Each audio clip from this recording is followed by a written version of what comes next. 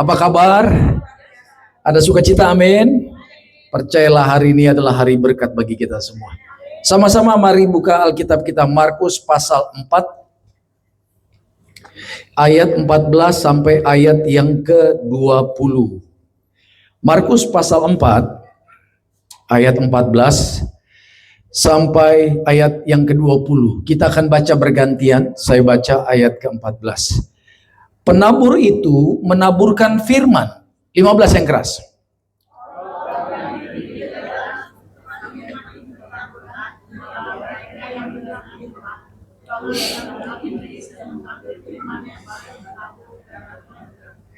Demikian juga yang ditaburkan di tanah yang berbatu-batu, ialah orang-orang yang mendengar firman itu dan segera menerimanya dengan gembira. 17.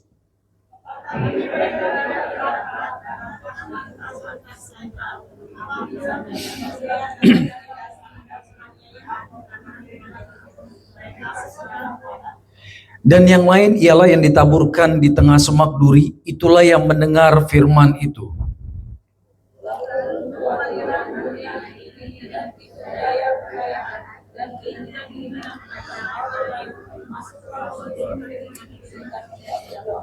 Dua 20 sama-sama. Dan akhirnya yang ditaburkan di tanah yang baik ialah orang yang mendengar dan menyambut firman itu, lalu terus ada yang 30 kali lipat, ada yang 60 kali lipat, dan ada yang 100 kali lipat. Yang percaya dengan ayat ini katakan amin. Bapak Ibu bisa lihat betapa dahsyat rencana Tuhan bagi setiap kehidupan orang percaya. Amin. Yang Tuhan sediakan bukan biasa-biasa, tapi luar biasa. Dan berbicara tentang bagaimana cara hidup kita menjadi orang Kristen yang berbuah. Berbuah artinya menghasilkan apapun yang ada dalam pribadi Yesus, itu juga keluar dalam kehidupan kita. Baik kasihnya, karakternya, kuasanya, itu ada keluar melalui hidup Bapak Ibu dan saya. Nah, kita akan belajar saudaraku pada ayat yang ke-15. Coba kita buka. Ayat 15 sekali lagi saya akan bacakan. Di sini dikatakan begini. Orang-orang yang di pinggir jalan, katakan di pinggir jalan. Jadi Tuhan sedang memberikan satu pengajaran yang besar tentang bagaimana caranya untuk berbuah, tapi melalui sebuah perumpamaan, ilustrasi. Nah, kita akan belajar apa arti dari perumpamaan ini. Tuhan berkata begini, orang-orang yang di pinggir jalan, tempat firman itu ditaburkan, ialah mereka yang mendengar firman, katakan mendengar firman, lalu datang siapa? Lihat tuh, datang iblis dan mengambil firman yang baru ditaburkan di dalam mereka. Jadi Tuhan menggambarkan ada satu tipe manusia. Yang pertama ini dikatakan, ini kumpulan orang Kristen mendengar firman. Kalau dikatakan mendengar firman, artinya ada langkah proaktif dari kita untuk datang mendekat kepada Tuhan. Mungkin melalui apa? Ibadah seperti ini. Ini kumpulan orang Kristen yang mau taat, contohnya beribadah. Atau ambil Alkitab di rumah atau di kantor, buka dan kemudian baca firman. Ini bukan orang Kristen yang malas-malasan secara rohani, bukan. Beda lagi tuh saudaraku. Ini orang Kristen yang punya hati mau menyenangkan Tuhan. Mau bertumbuh di dalam Kristus. Karena apa? Mereka datang duduk untuk mendengar firman. Ini kumpulan orang yang rindu sama Tuhan. Dan saya percaya mereka datang beribadah bukan hanya ketika pujian penyembahan selesai, mereka keluar. Enggak. Mereka ikut pujian penyembahan, mereka ikut mendengarkan firman, mereka juga membawa persembahan yang terbaik, mereka juga ikut perjamuan kudus, terima tubuh dan darah Tuhan, mereka juga terima pengurapan melalui minyak urapan yang kudus, lengkap, paket yang lengkap. Semua ya di dalam urutan ibadah mereka ikuti semua. Tapi ada sesuatu yang tidak membuat saya damai sejahtera ketika membaca ayat ini. Ketika orang ini duduk mendengarkan firman, lalu dikatakan datanglah iblis. Iblis bisa datang mendekat kepada orang yang baru saja pulang dari ibadah, baru saja mendengarkan firman, atau di rumahnya dia baca Alkitab. Iblis datang mendekat dan yang mengerikan, dia mencuri firman yang dia dapat itu. Bapak Ibu kalau lihat di sosial media, ada satu kesaksian seorang mantan pemimpin gereja setan di Amerika. Memang istilah gereja setan saya nggak setuju. Karena gereja itu ciptaan Tuhan Yesus, katakan amin. Jadi sebenarnya gereja setan ini sekarang mereka lebih suka disebut kaum satanik atau kaum Luciferian. Kaum menyembah setan atau menyembah Lucifer. Ya. Ada seorang mantan pemimpin. Bapak Ibu kalau lihat di sosial media, kepalanya botak, pakai kacamata, ada tato begini di kepala dia. Nah, dia berkesaksian begini, saudara. Dia bilang, orang Kristen yang rajin berdoa, rajin apa? Dan rajin baca firman Tuhan, di mata dia, orang-orang yang berhubungan dengan kuasa-kuasa kegelapan, itu cenderung matanya terang. Jadi ketika dia melihat kita, dia bukan hanya lihat penampilan kita secara fisik. Dia bisa lihat di dalam kita ada roh apa. Gitu. Ada roh apa. Kalau ada Roh Kudus, maka dia lihat gini, orang Kristen yang rajin berdoa dan baca firman, dia akan melihat ada api Tuhan mengelilingi orang itu. Ada api surgawi. Ada kemuliaan Tuhan. Ini kalau bahasa Alkitab ini namanya kemuliaan Tuhan. Maka orang-orang yang pegang kuasa perdukunan, boro-boro bisa datang dan kemudian mencuri sesuatu dari orang ini. Mendekat saja dia tidak mampu. Karena apa? Setan yang di dalam orang yang punya perdukunan mendekati orang Kristen seperti itu, nggak kuat. Kuasa-kuasa kegelapan pun tidak akan mampu mendekati orang Kristen yang ada api kemuliaan Tuhan. Tapi kemudian dia katakan, tapi ada sekumpulan orang Kristen yang tidak ada apinya. Dan orang Kristen model begini, itu bisa disantet, bisa dipelet, bisa diserang dengan kuasa-kuasa perdukunan, dan bisa dicuri oleh setan. Itu saudara. Nah masalahnya, jangan sampai kita labelnya orang Kristen, tapi tidak ada api atau tidak ada kemuliaan Tuhan. Amin. Hati-hati. Dan kuncinya ternyata untuk ada api kemuliaan Tuhan dalam kehidupan kita, tidak ada yang lain, saudaraku. Bukan seberapa besar persembahan, bukan seberapa hebat pelayanan kita, atau sudah berapa lama kita pelayanan. No, yang menentukan ada api kemuliaan yang menjaga kita aman dari perlindungan kuasa kegelapan apa? Keintiman kita dengan Tuhan. Itu intinya. Jadi mengerikan ya, orang Kristen bisa disantet, ngeri loh. Orang Kristen bisa dipelet, orang Kristen bisa ditenung, difudu, tiba-tiba perutnya besar. Saya berapa kali mendoakan orang, tiba-tiba perutnya besar, dipegang kayak batu, saudaraku. Itu disantet loh, saudaraku. Benar Bapak Ibu? Di luar banyak orang jahat seperti itu. Itulah sebabnya Bapak Ibu, kalau Tuhan bilang supaya kita merenungkan firman Tuhan siang malam, artinya ada janji, ada kuasa yang besar di dalam ketaatan kita, di dalam membaca dan merenungkan firman. Ada kemuliaan yang terpancar dalam kehidupan kita. Nah, makanya Tuhan katakan, saudaraku, ya, orang-orang yang di pinggir jalan ini, tempat mereka menerima firman, mereka datang mendengar firman, tapi setan bisa datang dan mengambil. Jadi setannya bukan hanya datang mendekat, tapi bisa mencuri. Bayangkan, sesuatu yang paling berharga dalam hidup dia yaitu firman. Kalau firman saja bisa dicuri, maka jangan kaget kalau kesehatannya bisa dicuri, kalau pekerjaan proyeknya bisa dicuri, kalau pernikahannya bisa diganggu, kalau anak-anaknya juga bisa dirusak oleh pergaulan yang sesat. Kalau firman saja, harta dia yang paling mahal, yang paling mulia bisa dicuri. Yang lain pasti bisa dicuri. Karena Yohanes 10 ayat 10 berkata begini, pencuri datang untuk mencuri, membunuh, membinasakan. Pencuri itu setan, roh jahat, iblis. Jadi pastikan ada kemuliaan Tuhan dalam hidup kita, dalam keluarga kita. Katakan amin. Maka yang jahat tidak akan bisa menyentuh. Mau dimanapun anggota keluarga kita, kalau ada api Tuhan, api itu akan melindungi semua anggota keluarga kita. Yang percaya bilang amin dulu. Boleh tepuk tangan dulu yang meriah buat Tuhan kita. Katakan haleluya. Ini janji yang dahsyat dan besar, saudaraku. Jadi permasalahannya ternyata kita harus menemukan kenapa ini kumpulan orang Kristen. Ini pasti Kristen. Karena apa? Karena dia datang mau mendengarkan firman. Dia datang dengan langkah aktif, beribadah. Tapi begitu dia selesai ibadah, dari mana kita bisa tahu ini baru kelar ibadah? Karena dikatakan begini, lalu datanglah iblis dan mengambil firman yang baru ditaburkan di dalam mereka. Jadi baru mendengar firman, baru kelar khotbahnya, sampai di luar, setan curi firman itu. Ternyata penyebabnya. Dalam perumpamaan ini dikatakan ini orang-orang yang berada di pinggir jalan. Bapak Ibu tahu nggak kualitas tanah di pinggir jalan seperti apa? Udah dilalui mobil, motor, diinjak orang. Tanahnya lembut atau keras? Keras. Benih itu, mau benih durian kayak mangga, jambu, Bapak Ibu lempar, taruh di atas tanah yang keras, percayalah benih itu nggak akan bisa bertumbuh. Makanya para petani sebelum menyiram benih, menabur benih, apa yang dia lakukan? Halo? Apa Bu?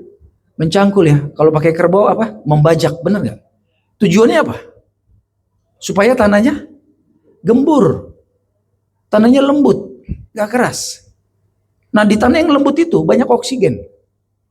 Karena untuk benih itu bisa tumbuh dari benih yang kecil begini, ya, cuman berapa mili besar ya, bisa jadi pohon yang besar.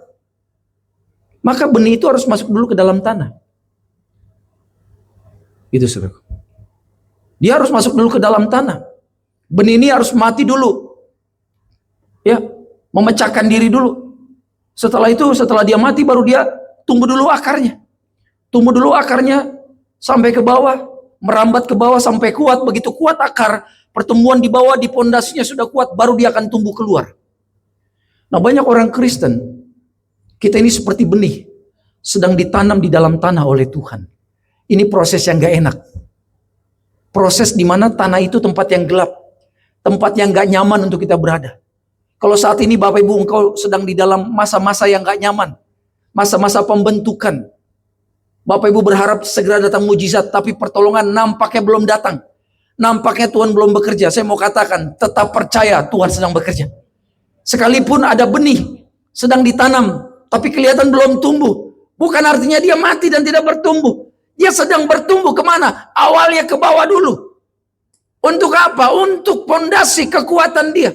Setelah di bawahnya kuat, baru dia keluar, timbul dari di luar permukaan. Keluar, makin tinggi, makin besar, makin tinggi, makin besar. Sehingga ketika dia besar, tinggi, bermeter-meter, datang badai, datang hujan, percayalah dia tidak akan rubuh. Karena apa? Dia punya akar yang kuat. Tapi kalau orang Kristen pengen buru-buru, Tuhan, aku udah gak sabar keluar dari masalahku. Cepat bawa aku keluar, cepat beri mujizat, cepat promosikan aku, cepat naik, ada masalah, pasti tumbang. Kenapa? Akarnya gak kuat. Jadi kalau kita belum muncul di permukaan, bukan artinya kita stuck, no. Pertahanannya sedang dibangun oleh Tuhan. Amin. Ini langkah pertama pembentukan Tuhan. Lebih baik Bapak Ibu kuat dulu di sini, baru engkau dipromosikan sama Tuhan. Maka mau datang badai sekuat apapun, kita bisa menari di tengah badai. Seperti pohon kelapa. Dulu saya kuliah di Sulawesi Utara. Banyak pohon kelapa. Kos-kosan saya begitu buka pintu jendela, kelihatan pantai. Banyak pohon kelapa. Kalau datang badai hujan, ombak saudaraku, ya pohonnya cuma gini. Pohon lain tumbang, kelapa cuma begini-gini doang. Ternyata begitu digali, pohonnya di sini, akarnya udah sampai ke sana. Tuhan mau kita kokoh seperti itu. Jadi, kenapa benihnya bisa dicuri setan? Karena tanahnya keras. Benihnya tidak masuk ke dalam tanah. Karena idealnya benih itu untuk bisa bertumbuh, dia harus ada di dalam tanah. Lah kalau tanahnya keras, bagaimana benih itu bisa masuk, saudara? Jadi kalau hari-hari ini Bapak Ibu merasa, kenapa ya Tuhan, aku rajin ibadah loh, aku rajin bersekutu dengan Tuhan, baca firman, tapi kenapa kerohanianku tidak bertumbuh? Karena Alkitab berkata, iman timbul dari pendengaran, pendengaran akan firman Tuhan. Jadi firman Tuhan yang Bapak Ibu baca itu, ini bahan bakar atau jadi bensinnya untuk iman kita bertumbuh. Iman timbul, tuh, kuat, keluar. Karena mendengar akan firman. Lah kalau kita baru mendengar sudah dicuri firmannya, itu seperti orang tiap hari mau makan, tiba-tiba makanannya hilang. Dia mau makan besok, hilang lagi makanannya. Berbulan-bulan begitu, saya percaya kolaps dia, saudara. Masuk IGD Bapak Ibu. Berbulan-bulan mau makan, makanannya hilang, makanannya hilang. Nah, seringkali kalau tubuh kita sakit, kita tahu tanda-tandanya. Tapi banyak orang Kristen, rohnya sakit, dia nggak tahu. Keadaan rohnya sedang sekarat. Roh kita ini sama seperti tubuh kita ini, perlu makan, perlu minum, roh juga perlu makan, perlu minum. Makanan roh kita adalah firman, amin. Hadirat Tuhan. Ibadah di tempat ini secara korporat, percayalah ada urapan Tuhan turun. Tapi urapan ini bisa Bapak Ibu bawa juga ke rumah, sehingga ketika engkau di rumah, percayalah Bapak Ibu juga bisa merasakan urapan yang sama di gereja, di kamar kita juga. Bahkan di mobil, bahkan di motor, bahkan di angkot, di mana kita sembah Yesus, Tuhan hadir di situ.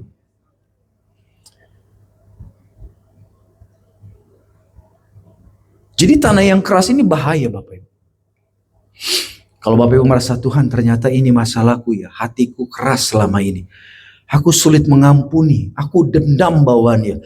Bahkan aku berpikir sebelum ku balas rasa sakit hatiku, gak akan bisa tenang aku Tuhan. Percayalah saudaraku, firman sebagus apapun Bapak Ibu dengar, mau pendeta kaliber dunia manapun yang datang dan Bapak Ibu dengar khotbah dia, kita tidak akan pernah mengalami terobosan. Betul. Tapi siapapun pendeta yang khotbah, tapi hati kita menerima firman, percaya kita pasti akan berubah. Amin saudaraku. Masalahnya hati ini. Jangan anggap remeh. Karena hati ini akan menentukan Bapak Ibu mau jadi apa. Mau berapa banyak berkat berkelipat ganda yang Tuhan janjikan yang kita terima. Nah yang kedua, ayat 16. Demikian juga yang ditaburkan di tanah yang berbatu-batu. Katakan tanah yang berbatu-batu. Tadi yang pertama dikatakan apa? Di pinggir jalan, tanah yang keras ya. Yang kedua, tanahnya berbatu-batu. Ada tanahnya, tapi dikit, tipis. Banyak batunya. Kalau Bapak Ibu ke Israel, itu tanahnya begini. Batunya besar-besar. Ada yang medium, ada yang sedang, ada yang kecil, ada yang kerikil. Bahkan ada yang pasir, debu doang. Beda kalau di Indonesia, itu lapangan bola contohnya tanah merah. Tanah lempung, benar nggak Bapak Ibu? Di sana kebanyakan tanah batu-batuan. Dan banyak batu. Kalau kita naik Gunung Sinai, saudaraku, wah itu pokoknya batu, 90% batu. Jadi tumbuhan yang tumbuh itu paling rumput-rumput. Yang ada hari ini, 2-3 hari ke depan udah nggak ada lagi. Hampir nggak ada kayak pohon yang tinggi besar tuh, nggak ada saudaraku di Gunung Sinai. Kenapa? Bukan tempat yang ideal untuk pohon besar bisa tumbuh. Karena akarnya akan mentok kepada batu yang di bawah. Apa yang terjadi kalau suasana tanahnya itu adalah tanah berbatu? Maka yang terjadi ini. Tetapi mereka berakar dan tahan apa? Sebentar saja. Apabila kemudian datang penindasan atau penganiayaan karena firman itu, mereka segera murtad. Kenapa Bapak Ibu dikatakan mereka tidak berakar dan tahan sebentar? Karena tanahnya tipis, yang harusnya akarnya tembus sampai 10 meter ke bawah, tapi karena banyak batu sehingga mungkin hanya 1 meter.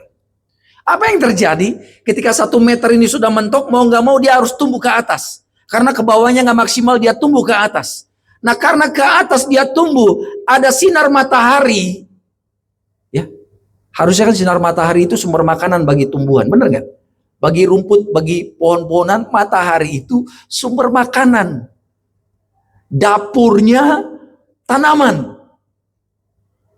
Tapi karena akarnya tidak kuat, justru sinar matahari itu membunuh tanaman itu. Membunuh rumput-rumput itu. Kebayang nggak?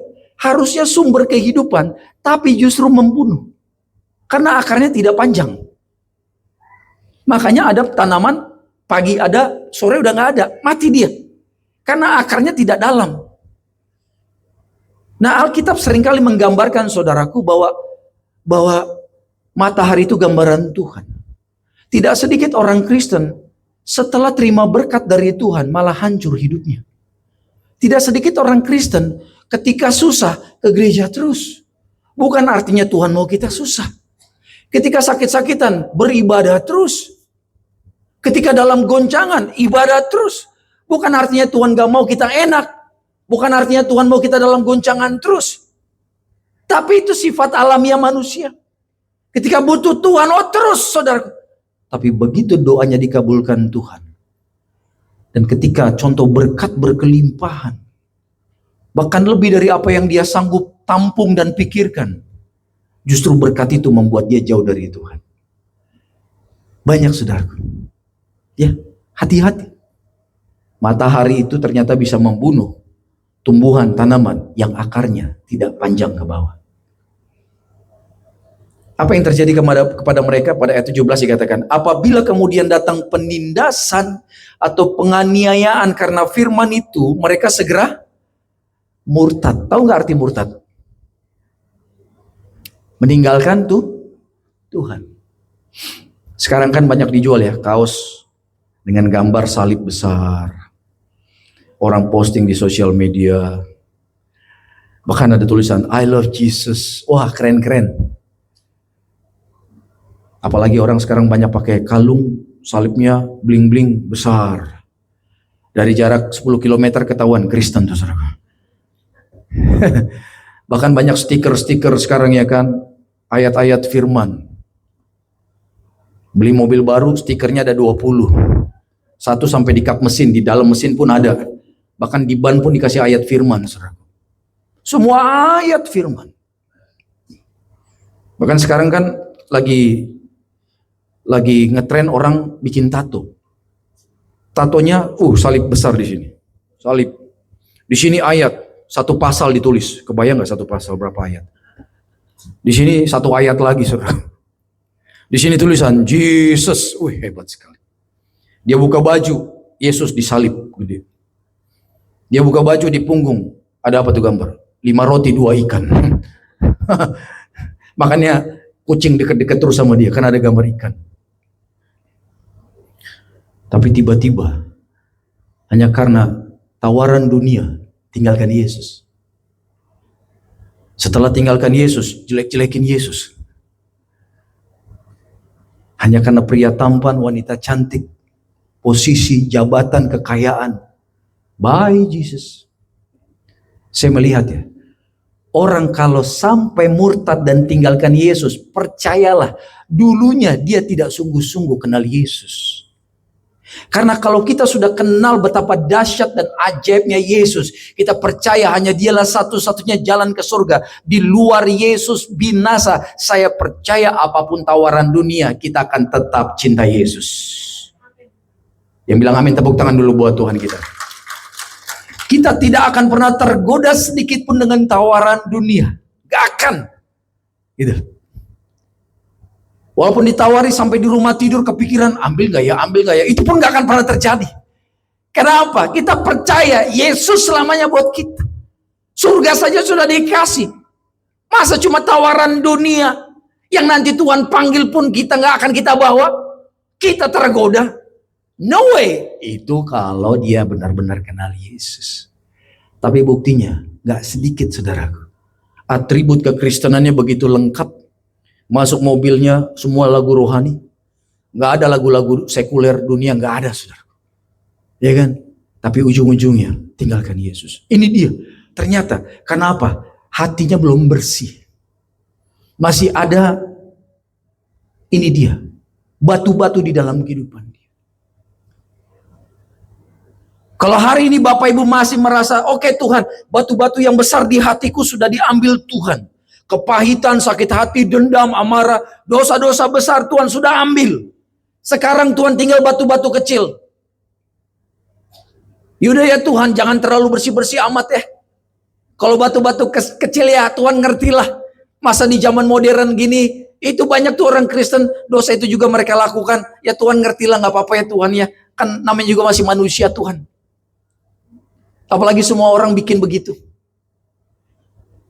Apalagi anak muda zaman sekarang contohnya. Masih pacaran, tapi staycation bareng-bareng ke Bali. Nanti ditanya, orang tuanya setuju? Izinin kok. Hah? Dalam hati saya, lebih parah lagi nih orang tuanya. Anaknya pacaran, berduaan, ke Bali. Itu saya lihat fenomenanya, udah dari belasan tahun yang lalu loh. Masih pacaran, bahkan keluar negeri, berdua, cekrek, posting, gak malu-malu. Nanti mamanya komen, ih imut banget. Di mana tuh kak? Kakak cantik banget. Padahal lagi berdua sama pacarnya. Dan atas approval orang tuanya, pergi ke luar negeri itu. Berduaan. Aduh benar saudara. Kekudusan sudah degradasi saudara. Mengalami penurunan. Tapi kalau kita anak Tuhan, saya percaya kita akan terus mengajarkan anak-anak kita untuk takut akan Tuhan. Yang bilang amin cuma 2.000 orang ini. Bilang amin yang keras. Boleh tepuk tangan sekali lagi ya buat Tuhan kita. Haleluya. Gak peduli di luar orang bilang kita kolot. Lebih baik menurut mereka, sebenarnya bukan kolot, tapi karena kita komitmen, amin. Kita menghargai raja di atas segala raja yang sudah menebus hidup kita. Dan kita akan jaga anak-anak kita. Kenapa? Mereka penerus legasi kita. Buat apa kita jadi orang tua sukses, punya proyek di mana-mana, punya kehebatan di mana-mana, tapi anak kita terjerumus jatuh bangun di dalam dosa. Buat apa coba? Nanti ketemu Tuhan ditanya, gimana anakmu? Apa yang sudah kau lakukan buat anakmu? Kenapa kau di sini di surga, anakmu enggak? Ayo. Gimana coba? Gemetarnya kita di hadapan Tuhan. Gara-gara kita tidak didik mereka takut akan Tuhan.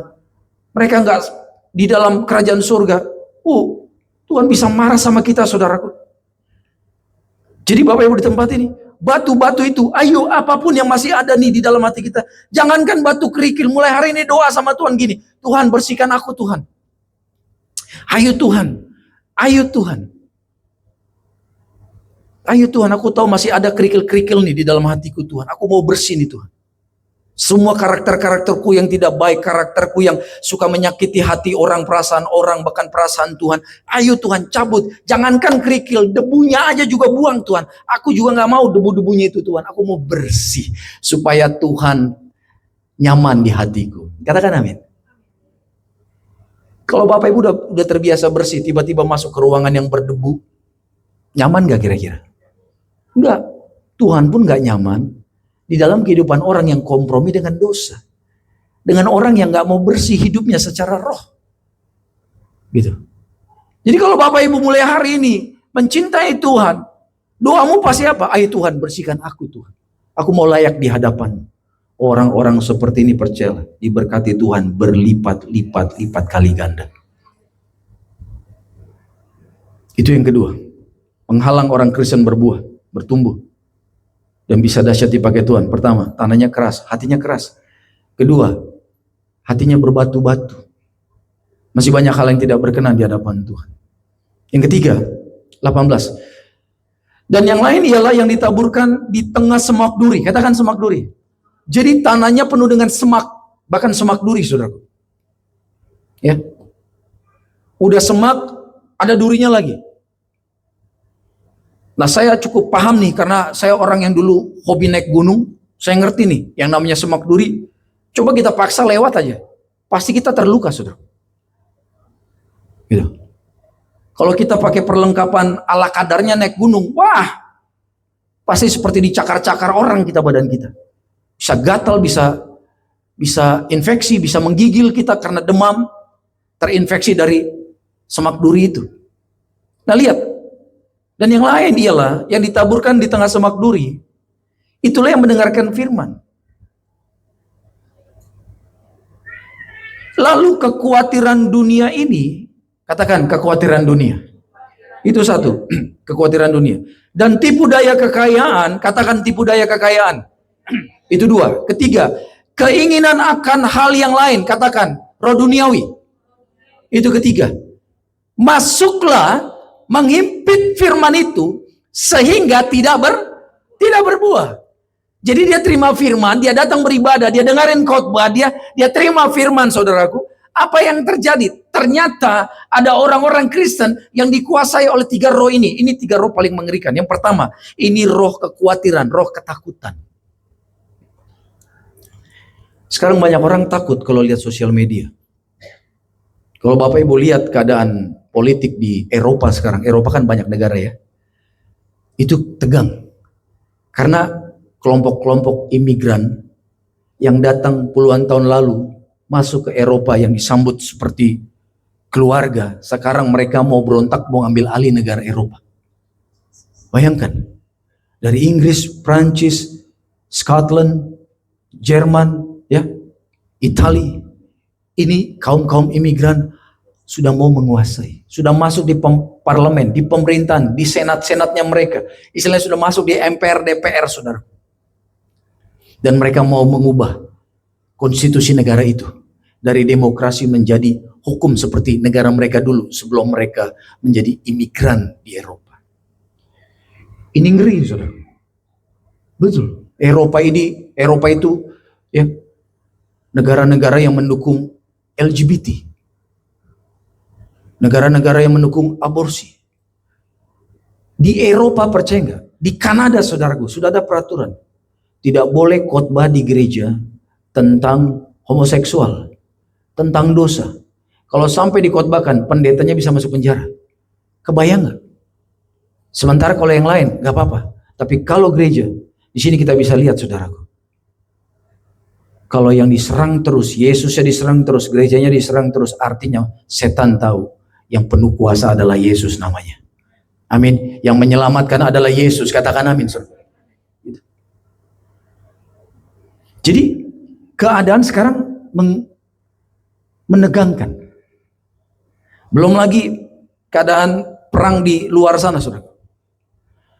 Beberapa minggu yang lalu, istri saya bilang begini sama saya. Ini sebelum dolar naik, sebelum dolar sama sekali naik, dia bilang, Tuhan bilang dolar akan naik. Dan penyebab dolar naik adalah roh jahat sedang bekerja mengganggu bangsa kita Indonesia. Karena nanti kalau dolar tembus 20.000, chaos di bangsa kita. Betul, bisa berabe nih. Bahkan kalau Bapak Ibu baca di sosial media, sudah ada orang yang menyuarakan, mari kita wujudkan reformasi 98 jilid kedua. Kalau sampai peristiwa 98 terjadi lagi, siapa yang dirugikan? Bapak Ibu bisa tahu. Gitu. Karena itu saya mengajak Bapak Ibu, mulai hari ini berdoalah bagi Indonesia. Yang bilang amin kayak kurang semangat nih. Ini serius Bapak Ibu, ini pesan Tuhan saya harus sampaikan. Yang berdoa buat Indonesia bukan hanya para pendeta. Semua jemaat Tuhan, umat Tuhan, Bapak Ibu, Saudara semua, mulai malam ini ngejengking di kamar, berdoa tangisi bangsa kita Indonesia. Karena Tuhan berkata, kesejahteraan bangsa adalah kesejahteraan kota adalah kesejahteraan kita. Kalau kita mau sejahtera, doa bagi Indonesia. Doa, saudaraku. Doakan para pemimpin kita. Supaya apa? Punya roh takut akan Tuhan. Kita kalau baca sosial media, kayaknya panas di sini, benar gak? Di sini bocor uang negara sekian, di sini sekian, di sini sekian. Itu sementara banyak orang mau makan saja susah. Mau sekolah susah. Mau cari kerja susah. Mau ke rumah sakit, banyak anak yang meninggal karena gak mampu bayar. Banyak istrinya sakit, meninggal di rumah sakit karena gak mampu bayar. Itu saudara. Dan Tuhan katakan, ada serangan kuasa gelap berusaha menyerang bangsa kita Indonesia. Diganggu ekonomi kita. Tapi kita percaya, tidak ada yang bisa membahayakan kita. Amin.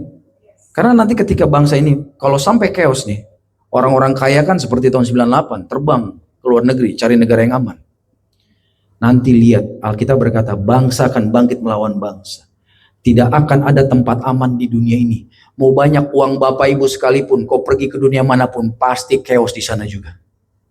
Sehingga di situ Bapak Ibu akan tahu, tempat aman bagi kita hanya berada dekat Tuhan Yesus. Tepuk tangan sekali lagi buat Tuhan kita. Mau di Indonesia asal ada Yesus, we are safe. Kita aman, saudaraku. Ini udah tanda-tanda Yesus akan datang. Yuk seriuslah Bapak Ibu. Serius beribadah. Serius fokus supaya kita berbuah. Apa yang harus kita lakukan? Lakukan ini. Ternyata ada orang-orang yang hatinya seperti semak duri. Ya, mereka dikalahkan roh ketakutan. Itu roh ketakutan sedang disebar setan. Yang kedua roh apa? Roh tipu daya kekayaan. Ini roh mamon. Jenderal setan itu ada 7. Salah satunya siapa? Roh mamon. Roh cinta uang. Orang kalau sudah dikuasai roh cinta uang mengerikan. Mau dia penampilan pelayanan, tapi kalau sudah dikuasai roh mamon, ngeri saudaraku. Gak usah jauh-jauh. Yudas murid Yesus, ring 1 pelayanan Yesus. Yesus yang pilih. Tapi dia memilih taat kepada Romamun. Apa yang terjadi? Dia jual Yesus. Bayangkan, dia jual Yesus. Romamun benar-benar merusak kehidupan seorang murid yang punya potensi besar. Karena kenapa saya katakan dia punya potensi besar? Karena dari tangan Yudas juga lahir mujizat. Ketika Tuhan utus para murid pergi berdua-berdua, itu termasuk Yudas, ketika mereka kasih laporan, mereka berjumpa Yesus, mereka berkata, Tuhan, orang sakit kami doakan sembuh, orang terikat setan kami doakan dilepaskan. Termasuk siapa? Yudas. Jadi dari tangan Yudas yang mati bunuh diri itu, yang dia jual Yesus itu, dari tangan dia sempat lahir mujizat. Makanya itu saya lihat ternyata pelayanan punya karunia kesembuhan, dia bisa nyembuhin orang, dia bisa lepasin orang dari setan, nggak jamin orang itu ke surga. Matius pasal 7 berkata, ada orang-orang di akhir zaman berkata, Tuhan, bukankah kami bernubuat demi namamu, mengusir setan demi namamu? Tapi Tuhan bilang apa? Hanyalah dari hadapanku kalian pelaku kejahatan, aku tidak kenal engkau. Saya mau katakan, ini ayat paling ngeri di Alkitab, ayat itu. Siapa mereka yang diusir sama setan? Sama Tuhan. Orang-orang yang pelayanan. Di mana dalam pelayanan dia banyak mujizat terjadi. Tapi Tuhan bilang, no, sorry ya, aku gak kenal. Hati-hati, saudara. Ya. Gak dikenal sama Tuhan. Kok kontradiktif sih? Padahal di perjanjian lama Tuhan katakan bahwa sejak dalam kandungan ibu kita dikenal Tuhan. Kok kayaknya ayatnya bertabrakan? Bener gak? Kan dalam kandungan Tuhan yang menenun kita dalam kandungan ibu kita. Tuhan kenal kita. Lah kenapa setelah kita sudah dewasa melayani Tuhan, Tuhan datang. Tuhan bilang, kita berkata, oh Tuhan, aku muridmu, aku melayani engkau. Banyak orang diberkati lewat pelayananku. Baik yang sakit sembuh lu, Tuhan lihat tuh yang kanker sembuh. Bahkan yang mati kudoakan bangkit. Tuhan bilang, sorry, kok gak layak masuk surga, aku gak kenal. Lah kenapa di kandungan kita dikenal Tuhan? Begitu kita melayani, penuh kuasa, Tuhan bilang, I don't know you. Coba renungkan Bapak Ibu. Saya kasih PR, tolong jawab minggu depan. Kira-kira kenapa sampai Tuhan gak kenal? Pernah gak dengar orang bilang gini, gile lu ya, kelakuan lu sekarang benar-benar parah sampai gue gak kenal lu lagi. Pernah gak?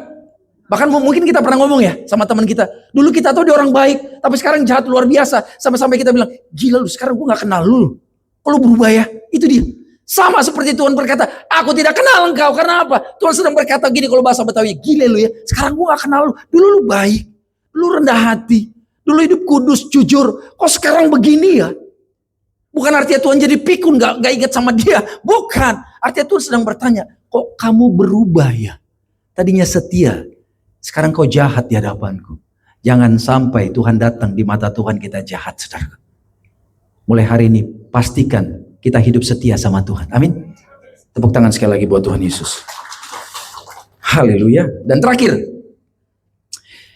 20 dikatakan, ini saya doa, tidak ada di sini yang kelompok tanah yang pinggir jalan, tidak ada yang bagian dari kelompok, apa tadi, tanah berbatu, bahkan tanah yang semak duri. Kita kelompok ayat 20.